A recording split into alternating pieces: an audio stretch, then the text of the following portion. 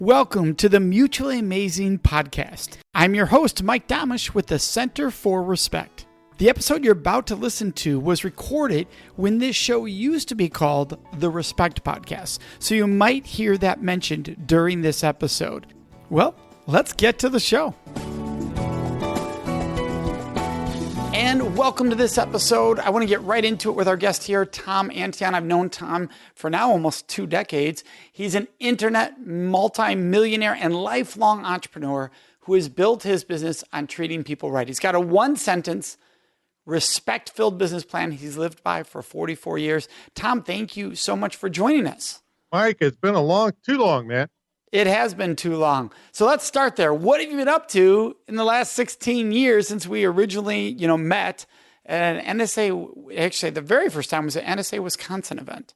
So even before that, the last 24 years, I got on the commercial internet when the commercial internet started around 1994.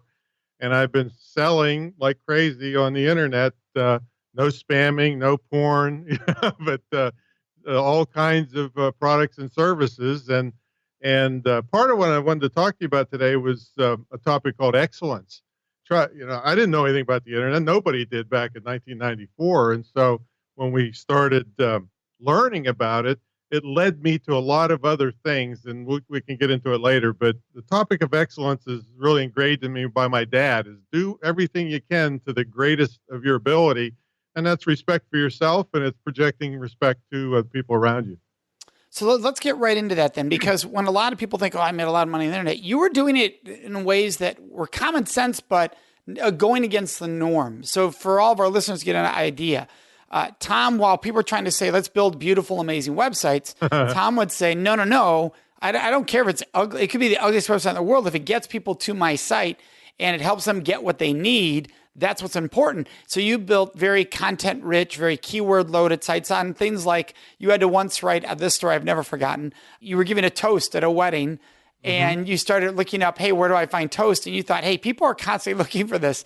And you sold an ebook on toast for weddings that did very, very well by just helping people find it and get what they needed.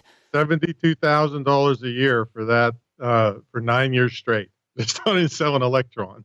I also had one, I don't know if you know about it, called Instant Eulogy. People were also desperate at the last minute. They're distraught, and helped them. That was $42,000 a year for 9 years straight, helping people with eulogies. So it's all based around helping people. That's what we all do, is help people, and there's a value to that. Well, and I'm glad you brought that up, because I think when a lot of times people think of internet sales, internet marketing, they have this negative stereotype that often has accompanied such industries as used car sales, or that there's this ambulance chasing lawyer concept, that they're manipulating people to buy versus serving people, being present to what people need and providing that to them, which is exactly what the eulogy situation was, exactly what the best man speech was. It was saying, hey, here's a need that somebody's not filling. Well, yeah. And I will say that there is a respect involved in manipulating people. Think about that. That's, again, I'm always going to go the other direction, right? I know. And in fact, you talked about scams. I started there's a TV show in development in Hollywood called Scam Brigade. It's me going after bad people. And the industry is fraught with it. So if I know that I'm going to take care of you as a customer and keep you from being robbed by other people, I want to get you to buy my stuff, because not only do I believe that it's going to help you, I know that I'm going to keep you away from getting robbed by unscrupulous people. So there's a respect in there from my point of view.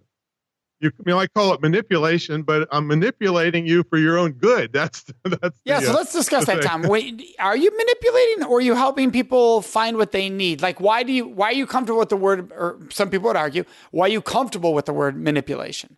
I'm comfortable because when you come from a position goodness, where you're in the other person's field, you got a fiduciary relationship to take care of that person. I don't care what you call it, really. I just know that if you go with me, I'm going to take care of you. I'm going to make sure you get great value. This is my one-sentence business plan I was telling you about. I lived this way since I was 10 years old. If every business on earth would live by this one sentence instead of spending 100,000 develop a mission statement. This one sentence will do it. I create quality products that somebody actually wants at a reasonable price, and I service them after the sale. Every piece of that is respect for the customer, but it can make you a lot of money. There's no sin in that, as long as you're given that great value, showing respect, not fleecing the people because they don't know any better, which is very common nowadays. So I don't really care what you call it, but I want you to, and anybody out there, not just me, if you really believe, like you, the work you do with your the date project and all that stuff, you know that you're going to keep people from getting out and getting in trouble, right? You've lived that for most of the time I ever knew you, right? Right. So you better darn well get people to go through your program to keep them. I mean, yours has bigger ramifications than mine does. Mine, you might, have trouble making your car payment if you don't do it, but there could be, lifelong ramifications or not have a life if they don't do what you say. So if you manipulate somebody to get somebody to listen to you, I'm cool with it. Totally cool with it. So I love this language. I think it's very fascinating. Would somebody say there's a difference in influence and manipulation? In other words, manipulation is getting you to do something.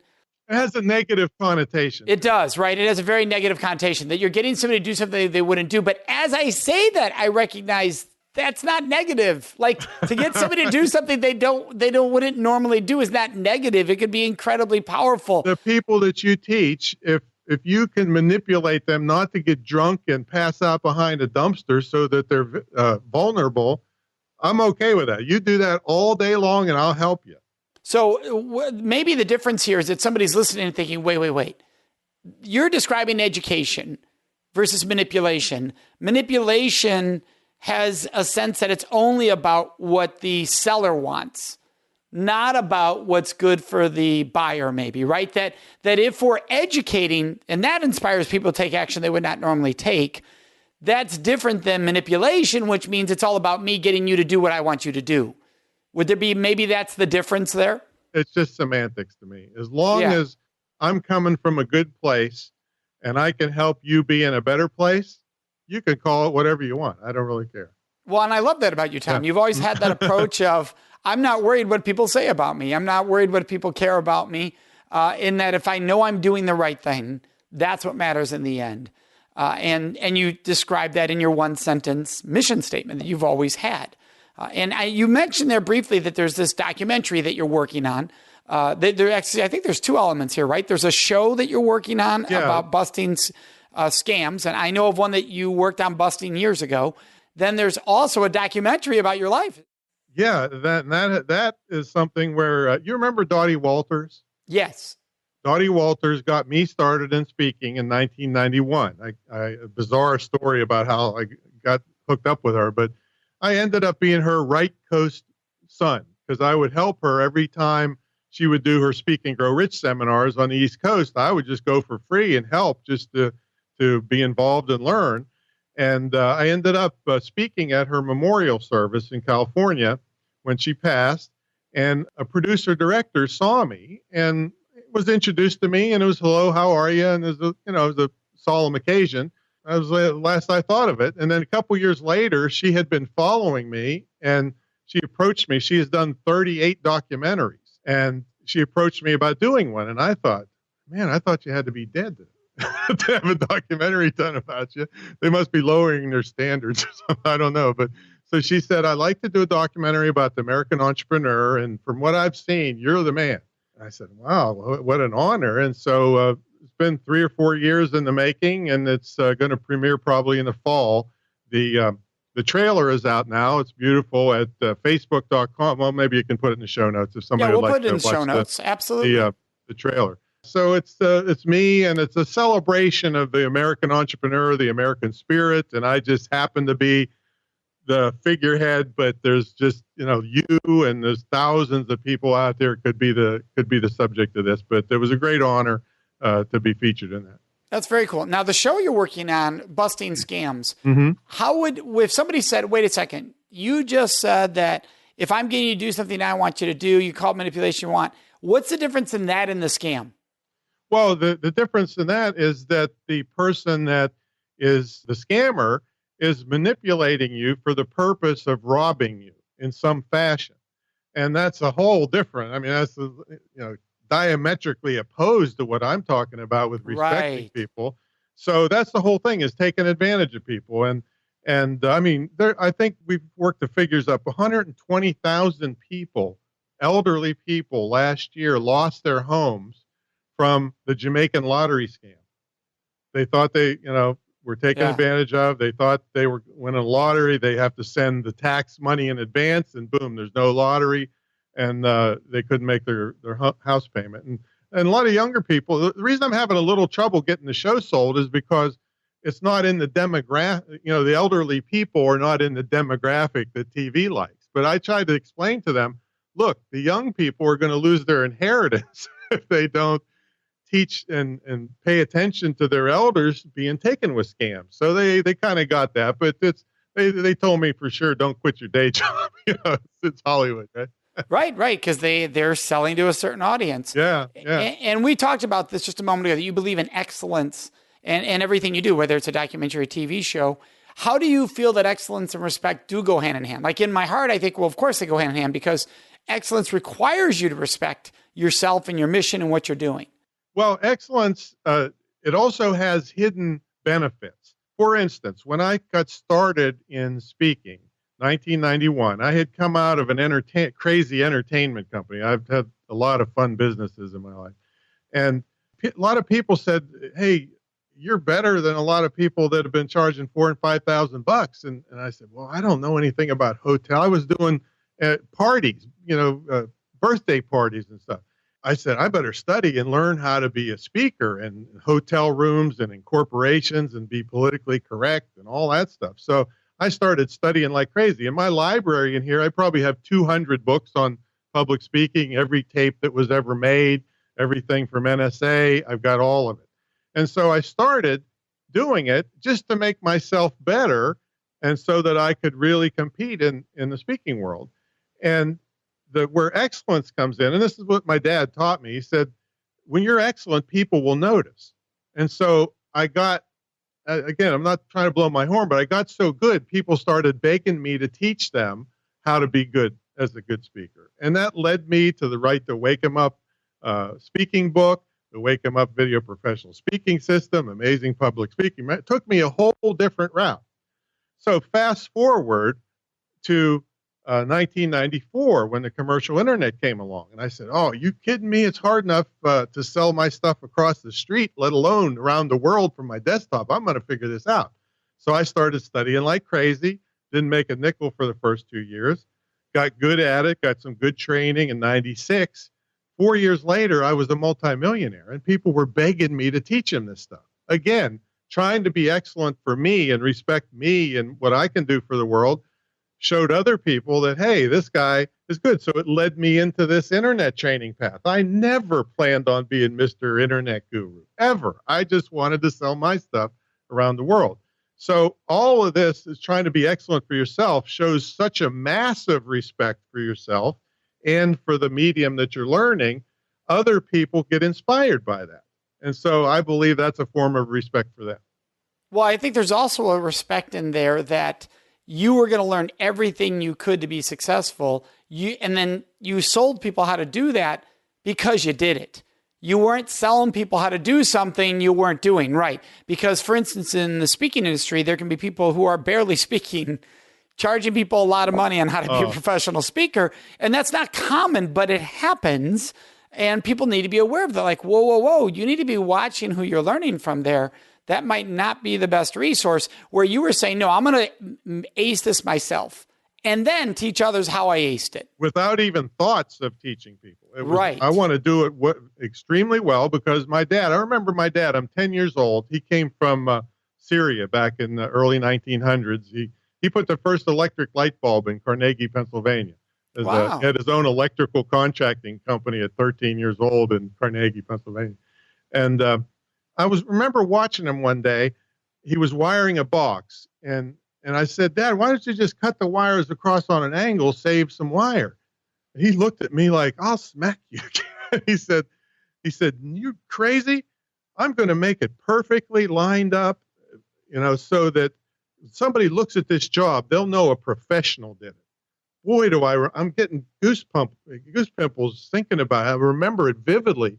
And he said, and also if somebody has to work on this later, it'll be easy for them to work on. So don't you ever do something that's not great. We were blue collar, total blue collar. But I'll never forget that. And that's the way I've lived my whole life. I love that. So thank you for sharing that. How do you think what's a way to make sure you're living with respect in that everyday life? That's a great way in work. Make sure everything I do is with excellence. To me, is that along the topic of respect, you will never see me at a restaurant being all snooty with my black Amex card and giving the waiter or waitress some kind of, treating them like they're dirt. You'll never see that. In fact, if you were sitting there with me and doing it, I'll leave and hell with you because you're not the person I want to be around. That person is doing good work and doing whatever their life is and trying to take care of me and give me respect. There's no way I'm going to lord over them. So that's just an everyday example of treat everybody with respect. There's another one. There's a student I have that I was speaking at a big event. Nobody would talk to this guy. He was dressed like some kind of halfway hippie, halfway Indian, feathers hanging off. He had no teeth or something. I don't know. And nobody would talk to him. And I'm just standing back there, and he started asking me questions, and I'm happy to talk to him. He ended up being one of my best customers. He's a best-selling author on some offbeat topic, and nobody would talk to him because he looked funny. So that's not the way to treat people. I mean, I'm very fortunate. You're fortunate. Everybody deserves respect. You know what? Even rotten people deserve respect. I remember I've been a lifelong self-defense and martial arts practitioner. And I remember studying with an Aikido guy back way, way years ago. And this is one of these guys that had to go to Japan for 2 years and to hold a bow. And he had to pull the bow for 2 years before they'd let him have an arrow. All right, that's serious stuff. And he's teaching me this thing called an S-lock one time. And then it's like you could really put a hurt on somebody. And he says, Tom, you hold it like this, and then you bow to the person. Show respect to your enemy. Of course, they're screaming bloody murder. And that stuck with me, too. Even your enemies, you can respect them. You can't let them take advantage of you, but you have to respect them. Yeah, we talk about this in the U.S. military, in that the Were you in the military? Yeah. Well, no, I didn't serve in the military. I work with the military. Oh. When I'm working with the military, the Geneva Convention clearly states that if you run across the enemy and they're in dire need of help and you are safely able to help them, it's your responsibility to help them, because all human beings are to be treated with dignity and respect. And a big reason for that is so that prisoners of war, if ours are captured, they are treated with dignity and respect, which means we have to treat others with dignity and respect. So whenever somebody comes to me and goes, well, not all people deserve dignity and respect. Actually, yeah, they all do. The moment you think all don't means you think you're above certain people. That's not living from a place of respect. That's living from a place of arrogance. There's a difference. And you've talked about in the past when somebody pushes your limits of respect. What do you mean by that? What do you mean by when somebody pushes your limits of respect? When you come from a place of power and respect for others, you can recognize very easily when somebody doesn't have that attitude. And so and it all comes from probably my self-defense and martial arts study, in that, well, there's a guy, I can't think of his name right now, but he has a program called You're Dead and You Don't Even Know It. And somebody's getting in his face and he's thinking of the 100 different ways he could just tear this guy to pieces. And I have the same kind of skills, not as good as this guy, and so when you have that kind of feeling that I could do this to you, but there's something in your system that doesn't deserve it. Something happened to you to make you like this. And as long as you don't cross a line, I'm going to treat you with respect, treat you with, I don't want to say disdain, I don't know the word for it, but I'm going to feel sorry for you rather than get all up and say, let's go, buddy. That's what weak people do. So coming from that power, you could say they didn't deserve it at that moment for what they were doing. But as long as they don't cross the line and hurt somebody that's innocent or cross the line to cause me harm, there's no reason for me to escalate it. I'm going to de-escalate it, and I'll walk away. If people are saying, oh, you big sissy, Well, I saved that guy's life pretty much, so I'll live with that. Yeah, it's describing really leading with compassion and empathy over bullying or domination. Mm-hmm. Right? Because you have the ability to dominate in that moment, but you decide, wait, there's got to be a reason this person's coming from this place. Something has triggered this behavior somewhere.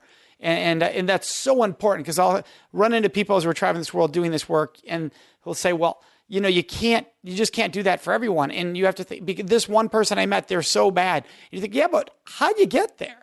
I mean, I had good parents. I had, a shirt on my back, food, and, some of these people, I mean, I did some fundraisers for these. I did a fundraiser where I raised a whole load of money for a bunch of homeless kids. Homeless is considered you have a different place to live or no place to live every 30 days. I didn't have that. So when those kids grow up, there's going to be some scars, and it's going to come out in certain ways. And so I just have to think, man, I had it good. As long as they don't hurt me or hurt somebody innocent, I got to say, wonder, how they got there. What happened to them to make that happen? Well, yeah, and I think that's so brilliant to recognize I had it so good. Mm-hmm. Right? And I think what happens is when you're in a position of, and that's the reference to privilege, where those kids didn't get control over that. We also didn't get control. Those of us who feel we were raised in a stable home with wonderful, loving parents, we didn't get to choose that. That's what we were born into. They didn't get to choose their situation. And we're going to have different negatives out of our loving home. There's going to be negatives that we're going to miss out. We're not going to see things that somebody would have saw coming from a different home. There's going to be pluses and minuses to that. And to understand, well, I made it. Okay, well, yeah, but you made it under very different circumstances right. than that person made it. So I think that's so brilliant you brought that up. For you, when you hear the word respect, what does it mean? It's ingrained so much in me, and that I'm not going to dominate the conversation. I mean, I'm a pretty simple guy. Bring things down to just like I said, I came from the sticks, and a handshake meant something. So if I'm at a party, even though I'm Mr. Big Shot speaker, I'm known everywhere, I'm not going to stand there and talk about myself. I want to know about you. I want to bring show respect to you by bringing out you, what you've been doing, and honestly not looking over your shoulder to who's more important than you. That's a simple, everyday, I like to bring the everyday things, how you can show respect. And that would be a show of respect, is ask the other person what they've been doing. And you could learn something, from doing that. So to me, it's more of the everyday little things. Back in the old days, there was a movie called The Poseidon Adventure. They have a remake lately, but the original was Gene Hackman and Shelley Winters on this ship that was kind of like the Titanic. I remember it. All right. Well, Gene Hackman, I was young, much younger then. I don't remember what year it was, but he was on deck, and doing a sermon. And he said, you take the little piece of God in you and do good for people. And it was like a sledgehammer in my head. I'm thinking, you cannot go too far wrong with that attitude in life. And from that moment on, that's been in my mind. That's my religion. That's my spiritual guide, is take the little piece of God in you, do good for people. I don't go to church every Sunday. I'll admit that. You'd have to get maybe a lightning rod, if I got near it, but take the little piece of God in you. So that's respect for doing good things. If you have the attitude, I'm going to try to do good for you before I do good for me.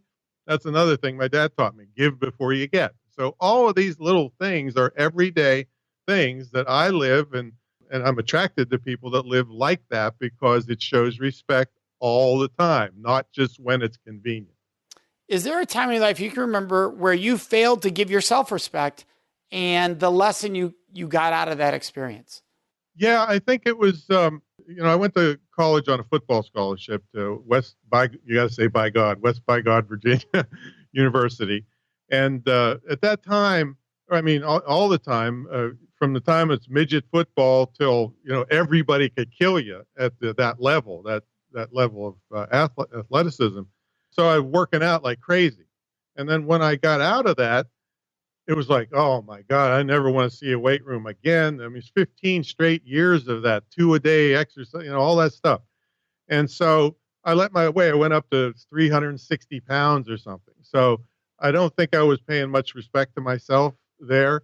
And I struggled with that a lot over the years. I had some trouble with my dad was great. My mother, not so much, but I got a handle on it now only by finding a certain kind of diet. I'm on a ketogenic diet, which is extremely low carbs, high fat, which is opposite. Again, look at me, opposite of everything else all the time, but it's the only thing that's worked. So I dropped about 100 pounds. And so I got a good handle on that now. But that was a long period of really not respecting luckily, I got good genes from my dad and a strong foundation of working out for 15 years like a maniac. So I'd say that's my biggest obvious one. Well, and I noticed the difference right away when, for those who are listening, Tom and I can see each other because we always do these shows also on YouTube, so you can watch that. And as soon as I saw you, I noticed, wow, in my mind, I'm like, it looks like Tom's lost a lot of weight. Yeah. So, but what I think is beautiful about that is it was a choice you made to respect yourself. Yeah, it took a long time to do it. And that's the thing about things, folks. All these choices aren't always easy. I mean, it might be time when your steak is cold. You want to give that waiter or waitress some guff, but you got to hold back. And you got to say, you got to have your own self-respect to say, no, I'm not going to make a fool of myself and embarrass that person over a steak that I probably ate too much already. So the delayed gratification, our friend that put us together recently, Caroline De Posada, you knew her dad, right? Absolutely. Yeah, he's the one that made that marshmallow study about delayed gratification. And for those that don't know, it's they showed these little kids some marshmallows and said, hey, we'll give you one. If you don't eat it in 15 minutes, we'll give you two. And then most of the kids ate it and some didn't. And they followed them over a period of years. All the ones that had the delayed gratification were successful and everything. And the other ones were having problems. So I think it's the same thing with respect. In this case, I had to fight a long time to get that one piece of my life that wasn't working right to respect myself. And had I given up or quit too soon, where would I be? I'd probably be in death row from a heart attack or something, or diabetes, or who knows. So sometimes it takes longer to realize the respect that you want to give yourself or others.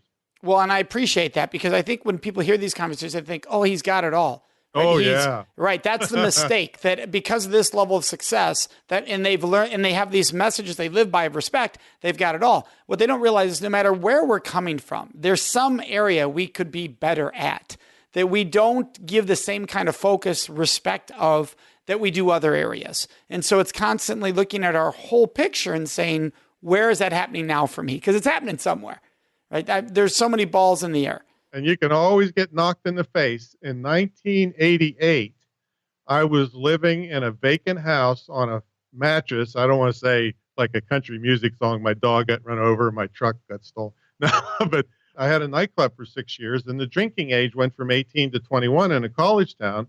I was going to be a millionaire before I was 30, wiped out, lost $400,000, and was playing racquetball, tore my Achilles tendon, and a partner I had not paid the health insurance. So living in a vacant house on a mattress, watching a black and white TV, and a lot of your your viewers don't even know what that is. And so I got knocked in the face really good. But that's when your true colors come through. When things don't go so well, what do? Do you get back up? Do you fight, or do you give up? And so I had enough respect then, and I got all kinds of bizarre stories. There was I was watching Candid Camera on TV. And Juliet Funt? I remember, yes. She's from NSA. Well, her dad was Alan Funt from Candid Camera. And when I was laying there living off credit cards, busted up and had nowhere to go, I was watching Candid Camera on this black and white TV. And that's when I got the idea for the entertainment company called Prank Masters, that I moved to DC, and that got worldwide publicity and got me into the speaking business. And then I ran into Juliet. I'm getting goose pimples again. Ran into Juliet at NSA, and I thought, oh my God, I'd never be able to thank her dad. So I mentored her for a while just to pay back for that idea, that little spark that somebody else gave me, because I was able to keep my eyes open in the face of adversity. And that's when your true colors show through. And that's sometimes the hardest part. I love it. And you have two books that you really recommend. One's Influence, The Psychology of Persuasion by Robert Cialdini. and then It's pronounced Cialdini. Oh, I've always pronounced that wrong then. So Yeah. I appreciate that. Yeah. And the other book's Lost Conscious by Alan Burris. Yeah. So the influence of psychology persuasion is what we began this conversation with about manipulation and persuasion. Kind of going hand in hand. One's negative connotation, one isn't. But that is, I've read that book 7 times because that is a way you can really get your products and services out there and get people to buy them. But again, because you're going to take care of them and help them. The other one is completely opposite the other end. You better not be faint at heart if you read it. It's a book about a friend of mine, and it's a book about a sniper from the Army who decided to go after pedophiles. So it's a whole different thing. But again, it was that pedophile, who knows where he came from, but there came a point when you had to draw the line and couldn't let him hurt children anymore. So even though you have to have some respect, some people cross that line and have to be stopped. So it's a completely different end of the spectrum. Yeah, and to stop someone from doing harm is not failing to respect them. Right. In fact, you would argue the opposite. Respecting everybody else that and them by saying you can't do this. This is not acceptable. They're out of respect. I'm going to take action now. And so I want to thank you, Tom. We've gone all over, which is I love, and explored different areas. So thank you very much, Tom, for joining us. My pleasure. We'd love to hear your questions, your thoughts, and your ideas. And the best place to leave those with us is on our Facebook page at facebook.com/Mutually Amazing Podcast. Of course, you can always contact us on our website at mutuallyamazingpodcast.com. Remember to subscribe to this show so you automatically get it every week. And if you could, take one moment to leave a review. That really helps other people find the show, which we are greatly appreciative of. So thank you so much for joining us. May you make today and every day a life full of mutually amazing relationships.